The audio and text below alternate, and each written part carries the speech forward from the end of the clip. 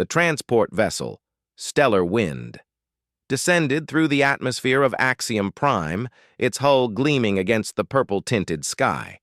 Inside the passenger bay, Maya Chen pressed her face to the viewport, watching the sprawling campus of the Galactic Elite Academy grow larger with each passing second. Crystalline spires reached toward the clouds, connected by graceful bridges that seemed to defy gravity itself. Gardens of alien flora created geometric patterns between the buildings, their bioluminescent petals pulsing in rhythmic waves of color. "First time seeing the Academy?" asked the Zephyrian pilot, his forearms moving across the control panel with practiced ease. His translator device rendered his melodic language into standard galactic common. Maya nodded, not trusting her voice. She had studied every available image of the Academy during her journey from the Outer Rim, but seeing it in person was overwhelming. This was where the galaxy's future leaders were trained. Diplomats, military commanders, scientists, and explorers, all the brightest minds from thousands of worlds, came here to learn from each other. And somehow, she had been accepted. The landing pad was already crowded with arriving students. Maya could see the distinctive forms of various species disembarking from their transports. Tall, graceful Etherians with their translucent skin, stocky Iron-born with their metallic exoskeletons, the floating jellyfish-like mindlings, and dozens of others she couldn't immediately identify. Each species brought their own unique advantages: enhanced intelligence, natural telepathy, incredible physical strength, or technological integration.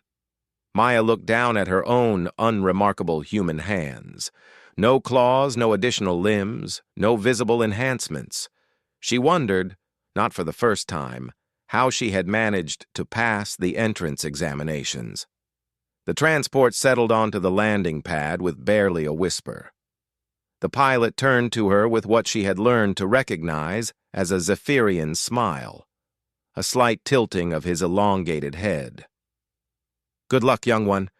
The Academy has a way of bringing out the best in its students, sometimes in ways they never expected." Maya gathered her single bag, everything she owned fit into one standard travel case, and made her way to the exit ramp. The moment she stepped outside, the Academy's atmosphere hit her like a wall of sensation. The air hummed with energy, carrying the sound of 100 different languages, the hum of advanced technology, and something else she couldn't quite place. It felt alive, as if the very campus was aware of her presence. "New arrivals.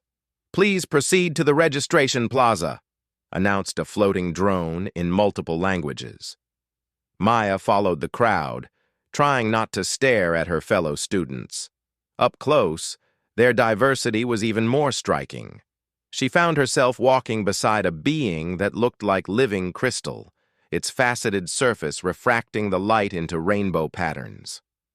Behind her, she could hear the heavy footsteps of what sounded like a rock creature, and the soft whisper of someone who seemed to move without touching the ground at all. The registration plaza was a massive circular chamber at the heart of the main building. The domed ceiling showed a real-time view of the star field above, and floating platforms carried students and staff between different levels. At the center of the chamber stood a massive holographic display showing the Academy seal, a stylized representation of a galaxy with various symbols around it, each representing different member species. Maya joined one of the registration lines, trying to ignore the curious looks she was receiving. Humans were not entirely unknown in the galaxy, but they were rare at the Academy. Most human worlds were still considered developing civilizations, barely worthy of associate membership in the Galactic Consortium. The few humans who had attended the Academy in the past were usually the children of diplomats or researchers stationed on more advanced worlds. "Name?" asked the registration clerk, a mindling whose tentacled form floated behind a holographic interface. Its mental voice appeared directly in Maya's mind, translated by the Academy's neural interface system. Maya Chen, she replied, presenting her identification crystal. The mindling's tentacles moved in complex patterns as it accessed her records. Maya held her breath, half expecting some kind of error that would reveal her acceptance had been a mistake. Ah, yes, the human from Kepler 442b. Very interesting scores on your preliminary examinations. The mental voice carried what sounded like approval. Your room assignment is in Harmony Hall, level 15, room 1547. Your orientation begins tomorrow at 0800 Standard Time. Maya accepted her room key crystal and student identification badge. The badge was warm to the touch and seemed to pulse gently with her heartbeat.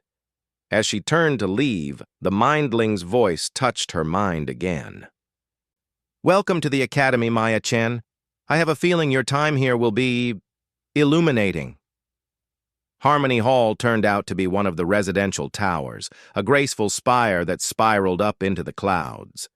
Maya's room was small but comfortable, with a bed sized for human physiology, a study area, and a large window overlooking the Academy's central gardens. The room's adaptive technology had already adjusted the lighting and atmosphere to Earth-normal specifications. She was unpacking her few belongings when her door chimed. Maya opened it to find 3 other students standing in the corridor. The first was obviously Etherian, tall and willowy with skin that seemed to shift between translucent and opaque. The second appeared to be from a species she didn't recognize, with blue-scaled skin and gill slits along his neck. The third was surprisingly human-looking, though her silver hair and golden eyes suggested significant genetic modification. "I'm Lyrian," said the Etherian, her voice like wind chimes. "This is Thala from the Oceanic Worlds and Zara from the Enhanced Colonies. We're your hallmates." "Maya," she replied, stepping aside to let them in. "From Kepler 442b. "A pure baseline human," Zara observed, not unkindly.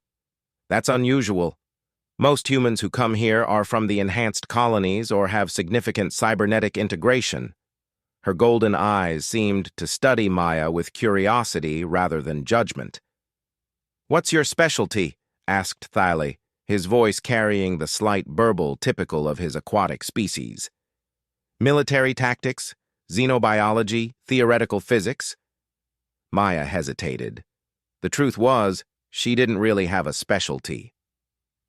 Her application had listed her as a general studies candidate, which was essentially the Academy's way of saying they weren't sure why they had accepted her either. "I'm still exploring my options," she said carefully. Lyrian's expression brightened. "Oh, one of the mystery admissions. The Academy sometimes accepts students based on potential rather than proven ability. It's quite rare." "What kind of potential?" Maya asked, genuinely curious. "That's what the Academy is designed to help you discover," Zara replied. "The preliminary examinations test for more than just knowledge or specific abilities. They look for patterns in thinking, adaptability, creative problem-solving. Sometimes they find something that doesn't fit into any known category." The conversation was interrupted by a campus-wide announcement. "All new students report to Synthesis Amphitheater for the welcome ceremony. All new students to Synthesis Amphitheater." The amphitheater was enormous, carved from a single piece of what looked like crystallized starlight. Thousands of new students filled the tiered seating, representing hundreds of species from across the galaxy. Maya found herself seated between an insectoid student whose chittering language sounded like music and a being that appeared to be made entirely of coherent energy. The stage was dominated by a figure that commanded immediate attention. Dean Vorthak was a titan, one of the ancient species that had founded the Galactic Consortium eons ago. Standing 3 meters tall with skin like polished obsidian and eyes that held the depth of cosmic space, he was a living reminder of the Academy's prestigious history. "Welcome, students, to your first day at the Galactic Elite Academy," Dean Vorthak began, his voice carrying easily to every corner of the amphitheater without technological assistance. You represent the finest minds your worlds have to offer. You are here not just to learn, but to forge the connections that will shape the galaxy's future. Maya listened as the dean outlined the academy's philosophy. Students were grouped into mixed species cohorts, designed to encourage different perspectives and approaches to problem solving. Classes ranged from practical subjects like stellar navigation and xenodiplomacy to theoretical courses in quantum consciousness and multidimensional ethics. Each of you brings unique gifts to this institution, the dean continued. Some of you possess mental abilities that can span star systems. Others have technological integration that makes you living computers. Still others have physical capabilities that defy conventional understanding. His ancient eyes seemed to find Maya in the crowd. And some of you possess gifts that even we do not yet fully understand. A chill ran down Maya's spine. Did the dean know something about her that she didn't know herself? Your first week will consist of placement evaluations, the dean announced. These are not tests in the traditional sense. They are opportunities for you to discover not just what you can do, but what you might become. The Academy has a way of revealing potential that even our students don't know they possess. After the ceremony, Maya and her hallmates made their way back to their residential tower. The corridors were buzzing with conversation as students discussed their expectations and anxieties about the placement evaluations. I heard they put you through simulated crises, Thale was saying. Spaceship malfunctions, diplomatic disasters, combat scenarios. They want to see how you react under pressure. The Etherian trials focus more on mental adaptability, Lyrian added. Pattern recognition, abstract reasoning, empathy mapping. Though I suppose they adjust the evaluations for each species' particular strengths. Zara looked thoughtful. The interesting question is what they'll do for Maya. Standard human parameters or something else? Maya wondered the same thing. That night, as she lay in her bed looking up at the stars visible through her room's transparent ceiling, she tried to remember anything unusual about her entrance examinations. The tests had seemed straightforward enough. Logic puzzles, ethical scenarios, basic scientific principles. She had answered them as honestly as she could, not trying to impress anyone, just being herself. Maybe that was the point. Her thoughts were interrupted by a soft chiming from her room's communication system. A holographic message appeared in the air above her bed, showing the Academy seal. Student Maya Chen, the message began in a voice she recognized as belonging to one of the Academy's AI systems. You are scheduled for preliminary evaluation tomorrow at 600 in Assessment Complex 7. Please report directly to the facility. Do not discuss this assignment with other students. Maya frowned.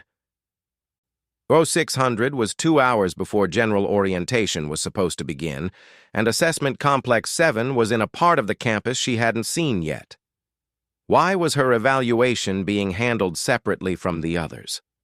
She spent a restless night wondering what made her special enough to warrant individual attention. Every time she was about to drift off to sleep, her mind would conjure up some new possibility. Maybe the Academy had made a mistake and was going to quietly send her home. Maybe they suspected she had cheated on her entrance exam somehow, or maybe, just maybe, there really was something about her that even she didn't understand yet.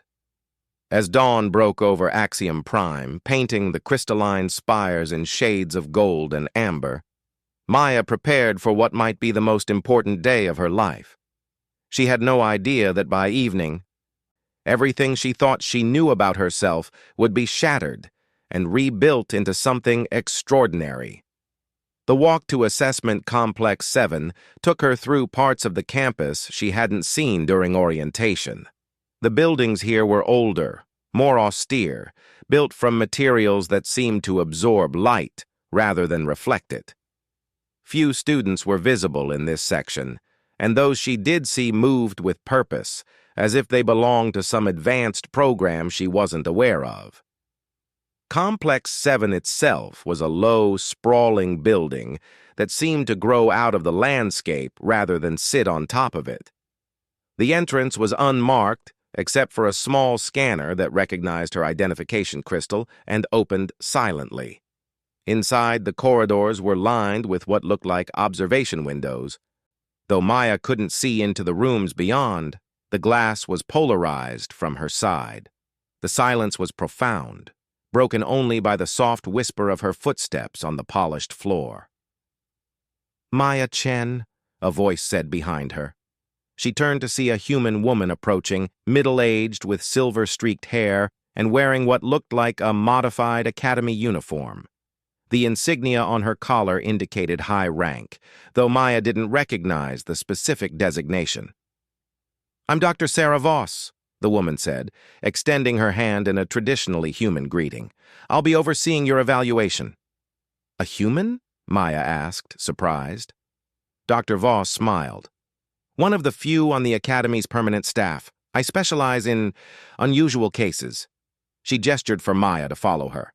"Come, we have much to discover about you, Maya Chen." As they walked deeper into the complex, Dr. Voss began to explain.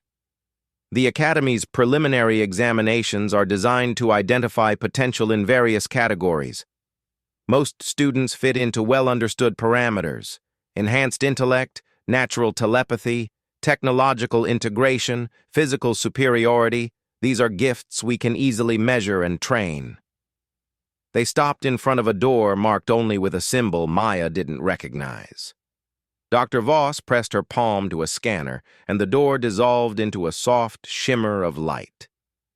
"But occasionally," she continued, leading Maya into a chamber that was much larger than it had appeared from outside, "we encounter someone who doesn't fit any known category, someone whose potential lies in directions we haven't yet learned to map." The chamber was spherical, its walls covered in patterns that seemed to shift and change as Maya watched. At the center was a simple chair, seemingly floating in mid-air without any visible support. "What kind of evaluation is this?" Maya asked, feeling a growing unease. Dr. Voss's expression became serious. "The kind that will either confirm you're exactly what you appear to be, a remarkably ordinary human who somehow aced our entrance requirements, or reveal that you're something the galaxy has never seen before."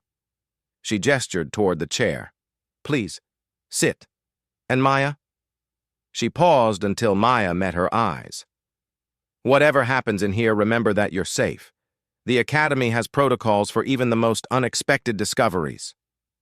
As Maya approached the floating chair, she couldn't shake the feeling that her life was about to change in ways she couldn't imagine.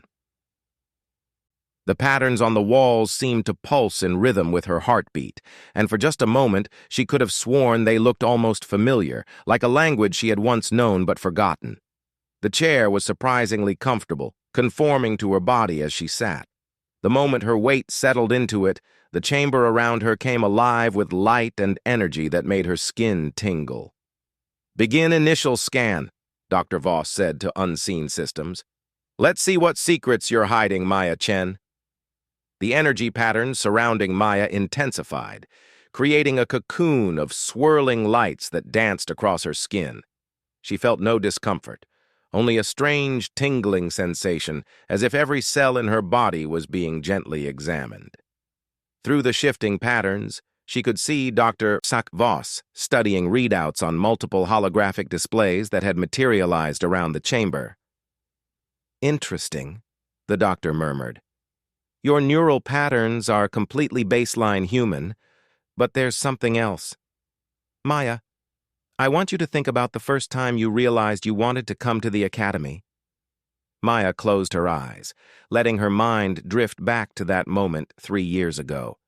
She had been working in her family's hydroponic farms on Kepler 442b when a galactic consortium survey ship had made an emergency landing.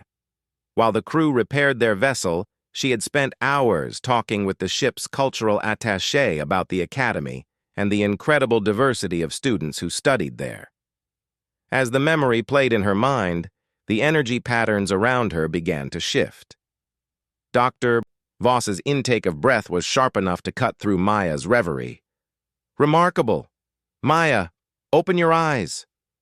When she did, Maya gasped.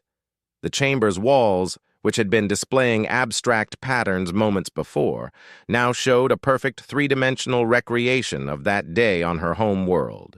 She could see herself as a younger woman, talking excitedly with the alien diplomat while her family's crops swayed in the background. "Did I do that?" Maya asked, her voice barely a whisper. "The chamber is designed to respond to memory engrams and emotional resonance," Dr. Voss explained, her excitement barely contained. "But it requires significant psychic sensitivity to trigger such a detailed reconstruction. Most telepathic species can manage simple images at best." Maya stared at the scene still playing around her. She could smell the familiar scent of the crops, feel the warmth of her home world's binary suns on her skin. "I don't understand. I'm not telepathic. I've never shown any psychic abilities." "Not in any way that conventional testing would detect," Dr. Voss agreed. "But there are other forms of mental ability that we're only beginning to understand. Quantum consciousness, reality interface, probability manipulation, gifts that don't manifest in obvious ways." The chamber began to cycle down, the energy patterns fading and the memory slowly dissolving. Dr. Voss helped Maya out of the chair, her expression thoughtful. "I'm going to assign you to Advanced Cohort 7, she said. "It's a specialized group for students with unique circumstances. You'll attend regular classes with them, but you'll also have additional sessions designed to help you explore whatever gift you possess." "What if I don't actually have any gift?" Maya asked. "What if this is all just a mistake?" Dr. Voss smiled. "Maya, in 30 years of working with exceptional minds from across the galaxy, I've learned to trust the Academy's selection process. You're here for a reason. We just need to figure out what that reason is." An hour later, Maya found herself in her first regular class, Comparative Xenobiology, with Professor Kethvar, a crystalline whose faceted body refracted the classroom lighting into spectacular displays of color. The classroom itself was a marvel of adaptive architecture. The seats and workstations automatically adjusted to accommodate the physical needs of each species present. Maya's cohort consisted of 12 students representing 9 different species. Besides herself, Lyrian, Thale, and Zara, there was Designation, Prime, a collective intelligence from the Hive worlds who spoke in harmonized tones, Rough Stone that Thinks, a silicon-based life form whose actual name was unpronounceable in any organic language, Whisper, a being of pure thought who manifested as shifting shadows, and several others whose abilities ranged from technopathy to temporal perception. Today we will examine the concept of convergent evolution across galactic species, Professor Kethvar announced, his crystalline voice ringing like struck chimes. Despite developing on worlds separated by thousands of light years, many species have evolved similar solutions to survival challenges. The classroom walls came alive with holographic displays showing different worlds and their dominant life forms.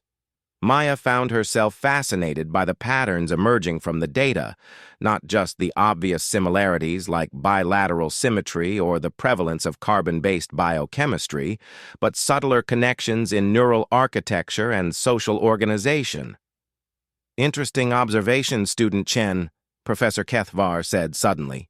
Maya realized she had been unconsciously pointing at correlations in the data that the professor hadn't yet highlighted. "Would you care to elaborate on the neural pathway similarities you've identified between species from the Andromeda satellites and the outer spiral?" Maya felt every eye in the classroom turn to her. She hadn't even realized she had been analyzing the data, but now that her attention was focused on it, the patterns seemed obvious. "The dendrite branching structures show identical mathematical progressions," she said hesitantly. "Even though one species is silicon-based and the other is carbon-nitrogen hybrid, Their information processing networks follow the same geometric principles. It's as if... She paused, struggling to put her intuition into words. Continue, the professor encouraged. It's as if there's an underlying template for consciousness itself, regardless of the physical substrate it develops in. The classroom fell silent. Professor Kethavar's crystalline form pulsed with what Maya had learned was intense interest. That hypothesis has been proposed by several xenobiologists, he said carefully. But the pattern recognition required to see those connections from raw data that typically requires either advanced computer assistance or significant psychic sensitivity. Maya felt heat rising in her cheeks. I was probably just lucky. After class, her cohort mates gathered around her with expressions ranging from curiosity to amazement. Lucky? Zara shook her head. Maya, I have enhanced neural processing capabilities and I didn't see those connections until you pointed them out. Nor did I, added designation. Prime, their collective voice harmonizing with excitement. We process information through parallel consciousness threads, but your pattern recognition exceeded our capabilities. Whisper's shadowy form coalesced beside Maya's shoulder. There is something unusual about the way you interface with information, they said in their ghostly voice. You process data streams as if you are part of them, rather than simply observing them. Maya was saved from having to respond by the arrival of their next instructor, Captain Zorith, a battle-scarred Ironborn who taught strategic simulation. His exoskeleton bore the marks of actual combat, and his mechanical voice carried the authority of someone who had commanded fleets in real conflicts. Advanced Cohort 7, he announced. Today you will be participating in a live simulation exercise. The scenario: a diplomatic mission to a newly contacted species has gone wrong. You are the only ship in range to respond, but your approach must balance rescue operations with first contact protocols. The classroom transformed around them, becoming the bridge of a sophisticated starship. Each student found themselves at a station perfectly adapted to their species' capabilities. Maya discovered herself at what appeared to be the communications console, though she had no training in xenolinguistics or diplomatic protocols. Situation briefing. The diplomatic vessel. Harmony's Edge has crashed on the surface of Tau Ceti 4, Captain Zorith announced. The planet is inhabited by a previously unknown species that appears to be technologically sophisticated but has not yet achieved faster-than-light travel. Your mission is to rescue the survivors while minimizing cultural contamination. The simulation began with alarming realism. Maya found herself surrounded by holographic displays showing the crashed vessel, the alien planet, and the indigenous population, humanoid beings with 6 limbs and complex pattern-based communication methods that appeared to involve both sound and color changes in their skin. Her cohort mates sprang into action with practiced efficiency. Lyrian began analyzing atmospheric conditions for safe approach vectors. Thaela coordinated with designation, primed to plan rescue logistics. Zara interfaced directly with the ship's computer systems to optimize their approach. Maya stared at her communications console, feeling helpless. The alien language was completely unlike anything in her experience. Complex patterns of harmonics combined with rapid color shifts that seemed to convey meaning on multiple levels simultaneously. Then something extraordinary happened. As she watched the alien communications, the patterns began to make sense. Not the specific meanings, but the underlying structure. She could see how the color changes related to emotional content while the harmonics carried factual information. The timing and rhythm indicated social hierarchies and cultural contexts. Without conscious thought, her hands began moving across the console controls. She found herself constructing a response pattern that mirrored the alien's communication style. Simple colors indicating peaceful intent, basic harmonics suggesting a desire for dialogue. The simulation's alien population responded immediately. Their agitation levels decreased, and they began sending what Maya somehow understood to be offers of assistance. "Student Chen," Captain Zoreth's mechanical voice cut through the bridge activity, "explain your communication strategy." Maya looked up from her console, suddenly aware that the entire cohort was staring at her. The alien language patterns were still scrolling across her displays, but now they seemed as natural as reading her native language. I'm not sure," she said honestly. "I just watched their patterns until I could see the underlying structure. Their communication is based on emotional harmonics and factual color matrices, with temporal relationships indicating social context." Captain Zoreth's mechanical features were impossible to read, but Maya thought she detected surprise in his posture. "Student Chen, you have just accomplished what typically requires months of xenolinguistic training and specialized cultural immersion protocols. In 15 minutes, you have achieved basic functional communication with a completely unknown alien species. The simulation concluded with a successful rescue operation, largely due to the cooperation Maya had established with the indigenous population." As the classroom returned to its normal configuration, her cohort mates looked at her with expressions of amazement and growing concern.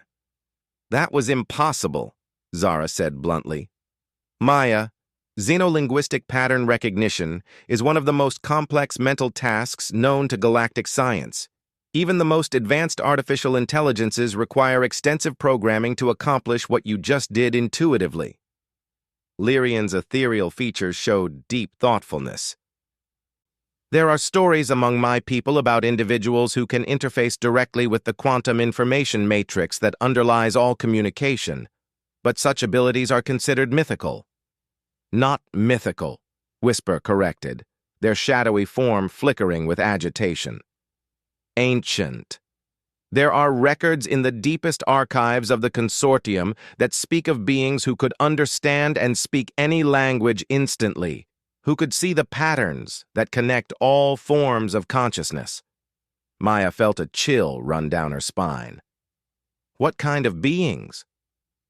"The predecessors. Designation," Prime answered, their collective voice subdued. "The first spacefaring civilization in our galaxy. They disappeared millions of years ago, leaving behind only ruins and legends." The conversation was interrupted by the arrival of Dr. Voss, who had apparently been observing the simulation from the instructor's booth. Her expression was carefully neutral, but Maya could see excitement and something else, concern, in her eyes. "Maya, I need to speak with you privately," she said. "The rest of you, please proceed to your next class. Maya will rejoin you later." As her cohort mates filed out, Maya caught fragments of whispered conversations, speculation about her abilities, confusion about her apparent limitations in some areas, and extraordinary capabilities in others. She felt increasingly isolated, as if she was becoming some kind of specimen to be studied rather than a fellow student to be befriended. Dr. Voss led her to a small conference room overlooking the Academy's central plaza. Through the transparent walls, Maya could see students from dozens of species going about their daily activities, most of them blissfully unaware that their understanding of the possible was about to be challenged. "Maya," Dr. Voss began carefully, "I've been in contact with the Academy's research division. Your performance in today's simulation has raised some very interesting questions."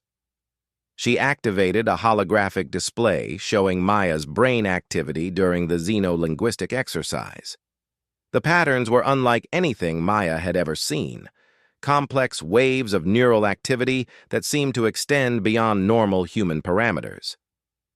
"These readings are unprecedented," Dr. Voss continued. "Your brain appears to be accessing quantum information fields that most species can't even detect, let alone interact with. It's as if you're tapping into some kind of universal communication matrix." Maya stared at the readings, feeling increasingly disconnected from her own identity. "Dr. Voss, I'm just a farm girl from a backwater colony." I can't be some kind of whatever this suggests I am. That's what makes this so remarkable, Dr. Voss replied. You have no training, no genetic modifications, no technological enhancements. You're accessing these abilities through pure innate capability. She paused, studying Maya's expression. There's something else. We've been analyzing your genetic profile since your arrival. Another display materialized, showing what looked like a standard human DNA sequence. But as Maya watched, certain segments began to glow with soft light. 99.7% standard baseline human, Dr. Voss explained. But there are sequences here that don't match any known terrestrial genetic patterns. They're not from any other known species either. They appear to be completely unique. Maya felt the room spinning around her. What are you saying? I'm saying that while you are undoubtedly human, you may also be something more. Something that has never existed before. Dr. Voss's voice became gentle but firm. Maya, I believe you may be the key to understanding abilities that the galaxy thought were lost forever. Before Maya could respond, an urgent chime sounded throughout the academy. Emergency lights began flashing in the corridors outside, and an announcement echoed from hidden speakers. All students and faculty report to designated emergency positions immediately. This is not a drill. We are receiving a distress signal from the edge of the system. Dr. Voss stood quickly, her expression grim. That's the Deep Space Monitoring Array. If they're calling a general alert... She looked at Maya with sudden intensity. I want you to come with me to the command center. Something tells me your unique abilities may be needed sooner than we expected. As they hurried through corridors filled with students and faculty moving with emergency precision, Maya couldn't shake the feeling that whatever was happening wasn't coincidence. The timing was too perfect, too closely connected to her recent revelations about her abilities. The Academy's command center was a vast chamber at the heart of the administrative complex. Holographic displays showed the entire Axiom system, with particular focus on the outer monitoring stations that watched for threats from deep space. Dean Vorthak stood at the central command platform, his ancient features grave as he coordinated with various department heads. Dean, Dr. Voss called as they approached.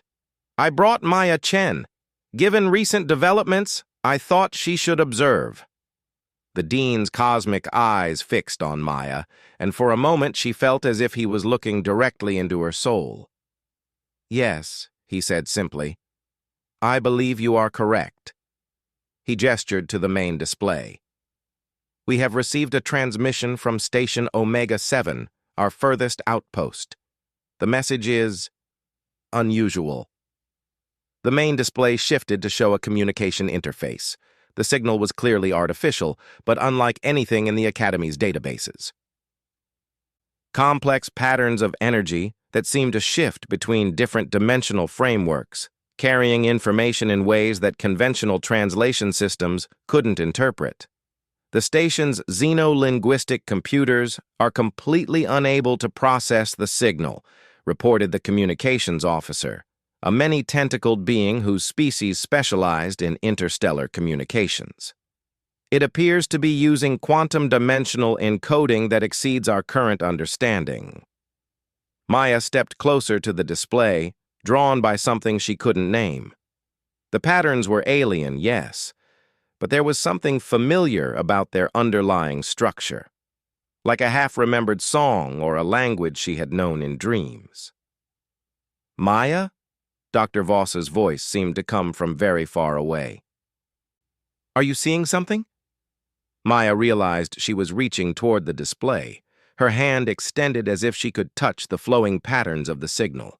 The moment her fingers came close to the holographic interface, something extraordinary happened. The incomprehensible alien transmission suddenly resolved into clear, unmistakable meaning. Maya could understand it as easily as if it had been sent in her native language. It's a warning, she whispered, her voice carrying clearly in the suddenly silent command center. Someone is coming. Someone who has been searching for someone like me. Dean Vorthak's expression became very still. Can you determine the origin of the signal? Maya closed her eyes, letting her mind follow the transmission back along its path through space. She could sense the vast distances it had traveled, the quantum fluctuations that had carried it across impossible reaches of emptiness. It's coming from outside our galaxy, she said, her voice filled with growing dread. From somewhere that should be impossible to reach with current technology. She opened her eyes and looked directly at the Dean. They're not just coming to find me. They're coming to take me home. The implications of her words settled over the command center like a shroud. Maya Chen, the ordinary human girl from a backwater colony, was apparently much more than anyone had imagined. And now someone, or something, was coming to claim her. The Academy's emergency protocols activated with military precision. Within minutes, the command center had been transformed into a full crisis management facility. Holographic displays showed defensive systems coming online throughout the Axiom system, while faculty members with military backgrounds took positions at tactical stations. Maya stood at the center of it all, feeling increasingly disconnected from reality. Around her, beings from across the galaxy worked to prepare for an unknown threat that had come looking specifically for her. The weight of responsibility was crushing. "Contact from the monitoring station," announced the communications officer. "They report spatial distortions building at the edge of the system. Whatever is coming, it's big." Dean Vorthak's ancient features remained calm, but Maya could sense the tension radiating from him. "Time until arrival?" "Unknown. The distortions don't match any known faster-than-light signatures. They appear to be using technology that operates outside conventional space-time parameters." Dr. Voss moved to Maya's side, her expression concerned. "How are you holding up?" Maya looked at her hands, which had begun to emit a faint luminescence that matched the patterns in the alien transmission. "I don't understand what's happening to me. Yesterday I was just a student, and now—" She gestured helplessly at the displays around them. "Now I might be responsible for putting everyone here in danger." "Maya," Dean Vorthak's voice carried across the chamber, "I need you to understand something.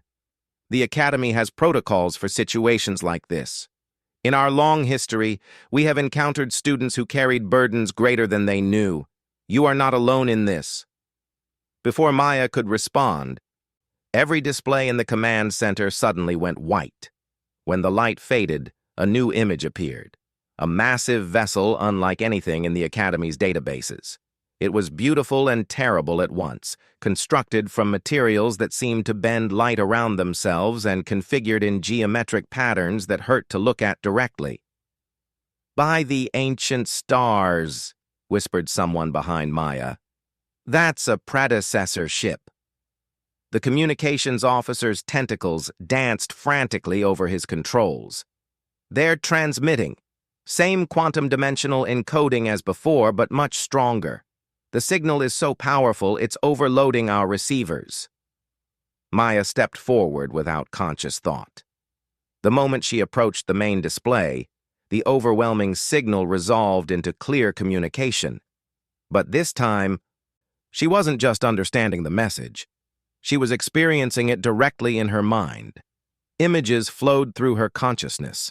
Vast cities of crystal and light, beings of incredible beauty and power who moved between stars as easily as walking between rooms, a civilization that had transcended the normal limitations of physical existence.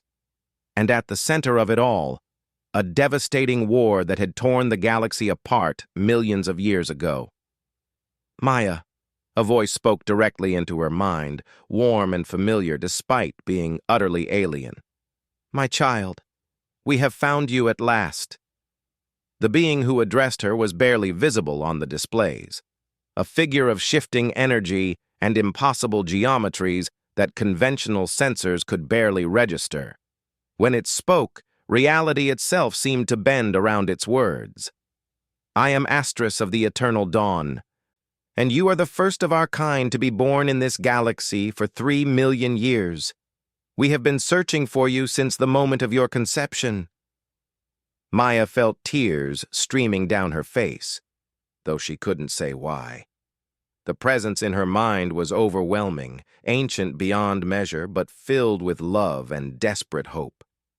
"I don't understand," she whispered. "What am I?"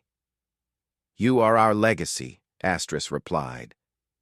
"When the darkness came and our civilization fell, we seeded the younger races with fragments of our essence, not to control or replace them, but to ensure that consciousness itself would survive.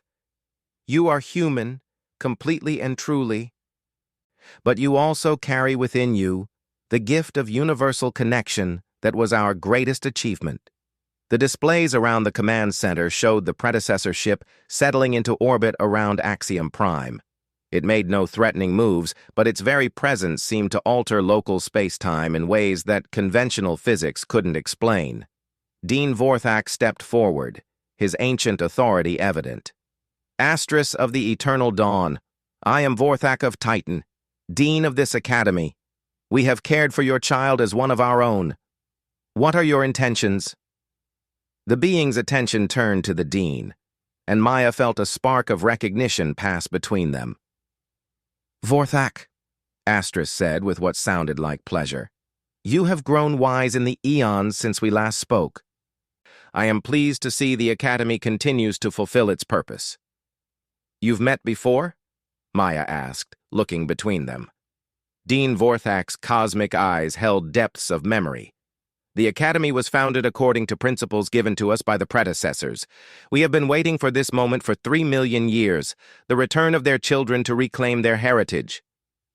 Astris's form solidified slightly, becoming more comprehensible to conventional senses. Maya could see the family resemblance now, not in physical features, but in the way this being's mind touched reality around it. It was like looking into a mirror that showed not appearance, but essence. "We do not come to take you away," Astris assured her. "Your place is here among the species that have grown from the seeds we planted. But you must understand what you are, and learn to use your gifts responsibly." "Gifts?" Maya looked around the command center, where dozens of beings from across the galaxy watched with expressions ranging from awe to fear. "I've been here 3 days, and I've already disrupted everything." "You have shown them possibilities they never imagined," Astris corrected gently. "Watch." The displays around the chamber changed, showing scenes from across the Academy. In Synthesis Amphitheater, students from a dozen different species were working together on a problem that had stumped xenobiologists for centuries, inspired by the pattern recognition Maya had demonstrated in class. In the residential towers, groups that had never interacted before were forming study circles and friendship bonds, drawn together by the example of human adaptability they had witnessed. "Your gift is not just the ability to understand alien languages or interface with quantum information fields," Astris explained. "Your true gift is the ability to build bridges between different forms of consciousness. You help others see the connections that bind all thinking beings together." Maya watched the displays with growing wonder. She could see it now, the subtle changes her presence had created. Students who had been isolated by the uniqueness of their abilities were finding common ground. Faculty members from different species were collaborating on projects that crossed traditional boundaries. The Academy itself was becoming more integrated, more unified.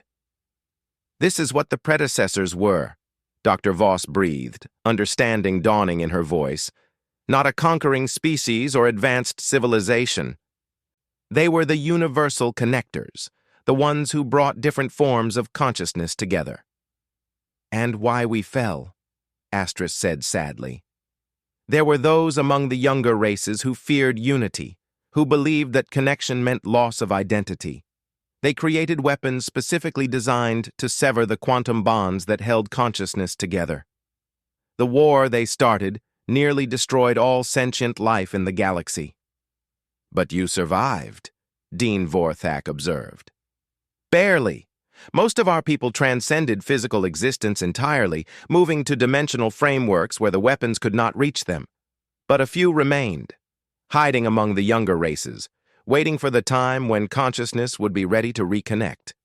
Maya felt the weight of legacy settling on her shoulders. "And now?"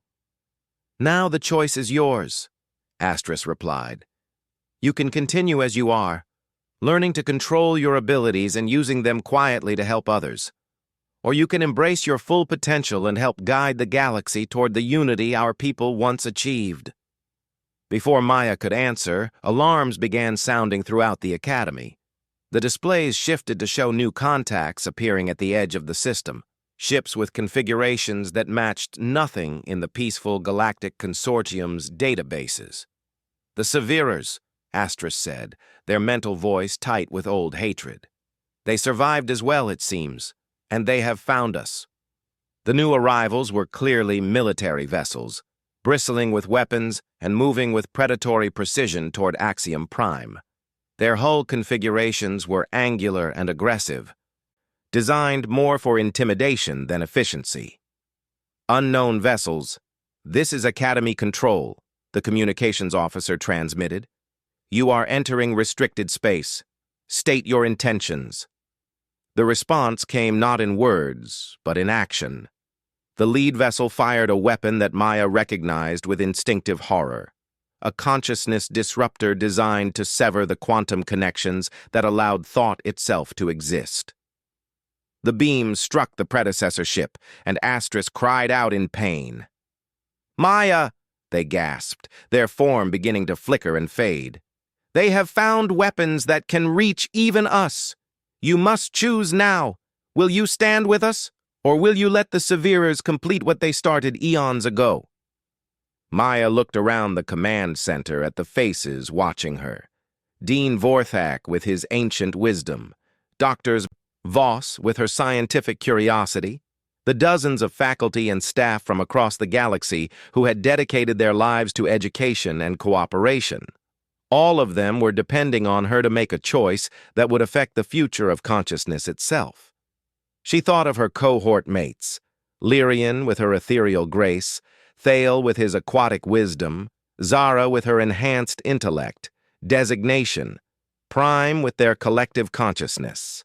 All of them different, all of them unique, but connected by their shared desire to learn and grow together. "I choose unity," Maya said, her voice carrying clearly through the chamber. "Not because I'm a predecessor or because I have special abilities, but because I'm human. And humans don't abandon their friends."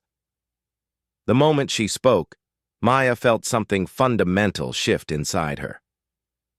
The barriers that had kept her abilities suppressed fell away, and she became fully aware of the quantum information matrix that connected all conscious beings.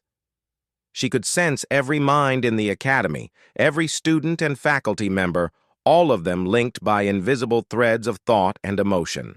More importantly, she could see how to strengthen those connections.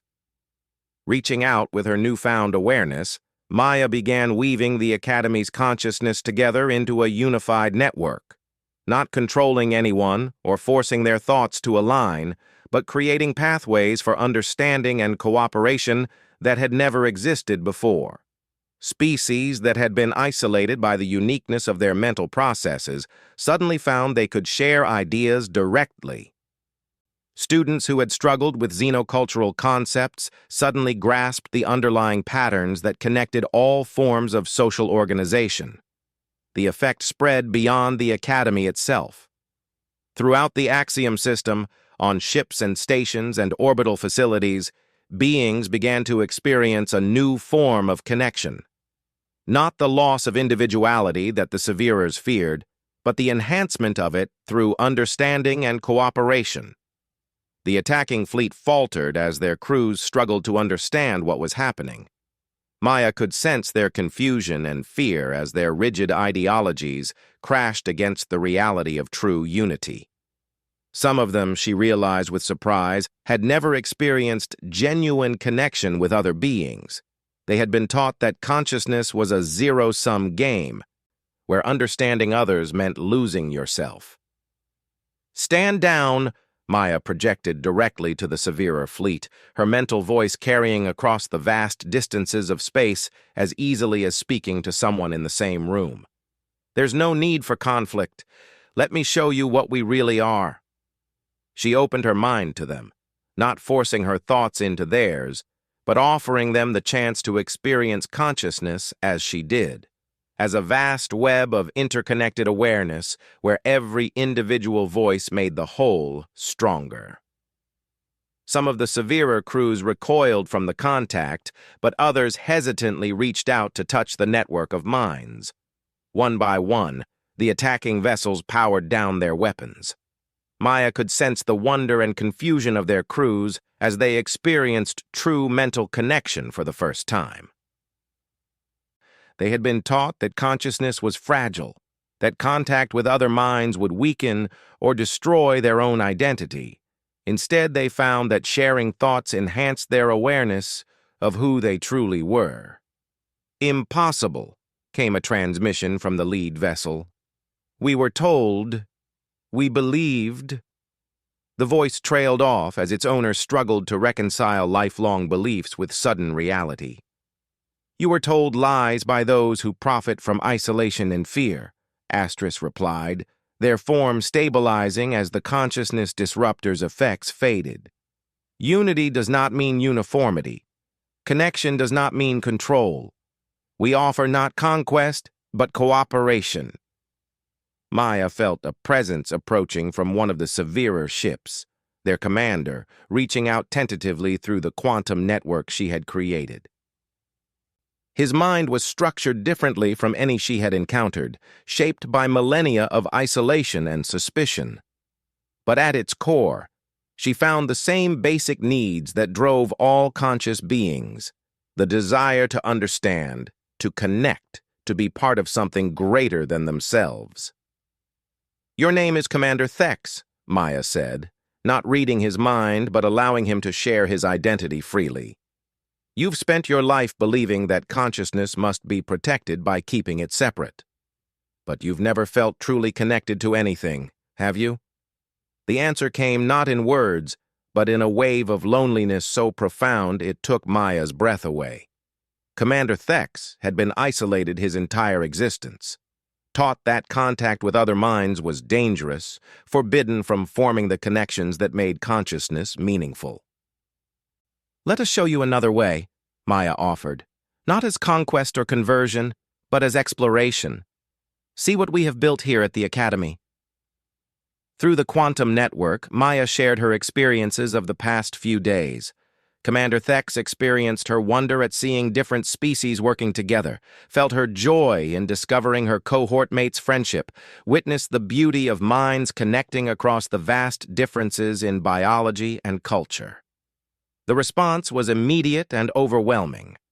Commander Thex's rigid mental barriers crumbled as he experienced true connection for the first time. Through him, the sensation spread to his crew, and from them to the other severer vessels. Weapons powered down permanently as former enemies reached out to touch the network of consciousness that Maya had woven. "This is what we lost," Commander Thex transmitted, his mental voice filled with wonder and regret. "This is what our ancestors threw away out of fear." "It's not lost," Maya replied. "It was just waiting for the right moment to return. The predecessors seeded consciousness throughout the galaxy, not to control it, but to preserve it. Every species, every individual mind, carries the potential for this kind of connection. We've just forgotten how to use it."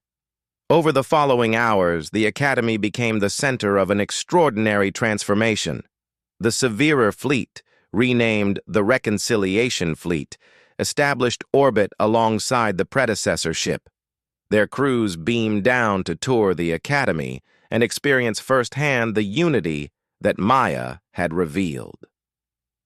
Dean Vorthak found himself hosting diplomatic discussions that would reshape galactic civilization. Representatives from across the consortium arrived to witness the first peaceful contact between predecessors and the descendants of the Severers in 3 million years. Maya discovered that her role was not to lead, but to facilitate. Her gift allowed others to find the connections that already existed between them, to see past surface differences to the underlying unity of consciousness itself. She spent her time moving between groups, helping former enemies find common ground and enabling species that had never understood each other to share their unique perspectives. "The Academy will need to expand," Dr. Voss observed, as they watched students and Severer soldiers working together on a xenobiology project. "Word of what's happened here is spreading across the galaxy. Every species will want to send representatives to learn about this new form of consciousness integration." Maya nodded, watching Lyrian demonstrate Etherian meditation techniques to a group of fascinated Severer technicians. "Good. The more minds we can connect to the network, the stronger it becomes for everyone." Commander Thex approached, his mental presence now warm and open where it had once been cold and closed. "Maya Chen," he said formally, "I must ask your forgiveness for our attack. We believed we were protecting consciousness by keeping it isolated. We did not understand that isolation was itself a form of death." "There's nothing to forgive," Maya replied. "You were doing what you thought was right with the information you had. Now you have better information." "Indeed." Thex looked out at the Academy's central plaza, where beings from dozens of species mingled freely, sharing ideas and experiences through both conventional communication and the quantum network Maya had created. "My people have much to learn about cooperation. Would the Academy accept a formal alliance with the Reconciliation Fleet?" "I think that's a question for Dean Vorthak," Maya said with a smile. "I'm still just a student here." But even as she said it, Maya knew that wasn't entirely true anymore. She was still a student, still learning and growing and discovering new things about herself and the universe every day. But she was also something more, a bridge between different forms of consciousness, a living reminder that unity and diversity could coexist and strengthen each other. That evening, as the binary suns of Axiom Prime set behind the Academy's crystalline spires, Maya stood on her dormitory room's balcony looking up at the stars. The predecessor ship hung in orbit like a jewel against the darkness, while the vessels of the Reconciliation Fleet maintained their own patterns around the planet. In her mind, she could feel the gentle presence of thousands of consciousness connected through the quantum network she had helped create. Not controlling them or being controlled by them, but simply aware of the vast tapestry of thought and feeling that bound all sentient beings together. Astris appeared beside her, not physically, but as a presence in the quantum field. "Are you content with your choice?" they asked. Maya considered the question. 3 days ago, she had been a farm girl from a backwater colony, worried about fitting in at the galaxy's most prestigious academy. Now she was the focal point of a transformation that might reshape civilization itself. "I'm terrified," she admitted. "I have no idea how to handle this kind of responsibility, but I'm also excited. For the first time in my life, I feel like I'm exactly where I belong." "That is wisdom," Astris replied with approval. "The greatest gift of consciousness is not the ability to know everything, but the courage to grow into what you might become." In the distance, Maya could see lights in windows throughout the Academy complex. Students from across the galaxy were settling in for the night, many of them probably staying up late to discuss the day's extraordinary events. Some were forming study groups that crossed species lines for the first time. Others were simply enjoying the novel experience of true mental connection with beings completely unlike themselves. Tomorrow would bring new challenges. The Galactic Consortium would need to adapt to the reality of consciousness integration. The Academy's curriculum would need to expand to include training in quantum awareness and interspecies mental cooperation, and Maya herself would need to learn how to guide and nurture the network of consciousness that had grown from her gift.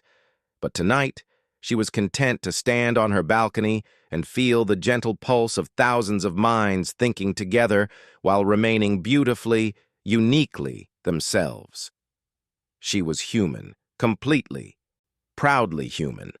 But she was also something new, the first of a generation that would grow up knowing that consciousness was not a solitary experience, but a shared journey toward understanding. The Academy had admitted a new arrival, and no one had realized who she truly was. But Maya Chen had discovered something even more important than her own identity. She had found her purpose, her place in the vast community of consciousness that connected all things. And in finding herself, she had helped an entire galaxy remember what it meant to truly think together.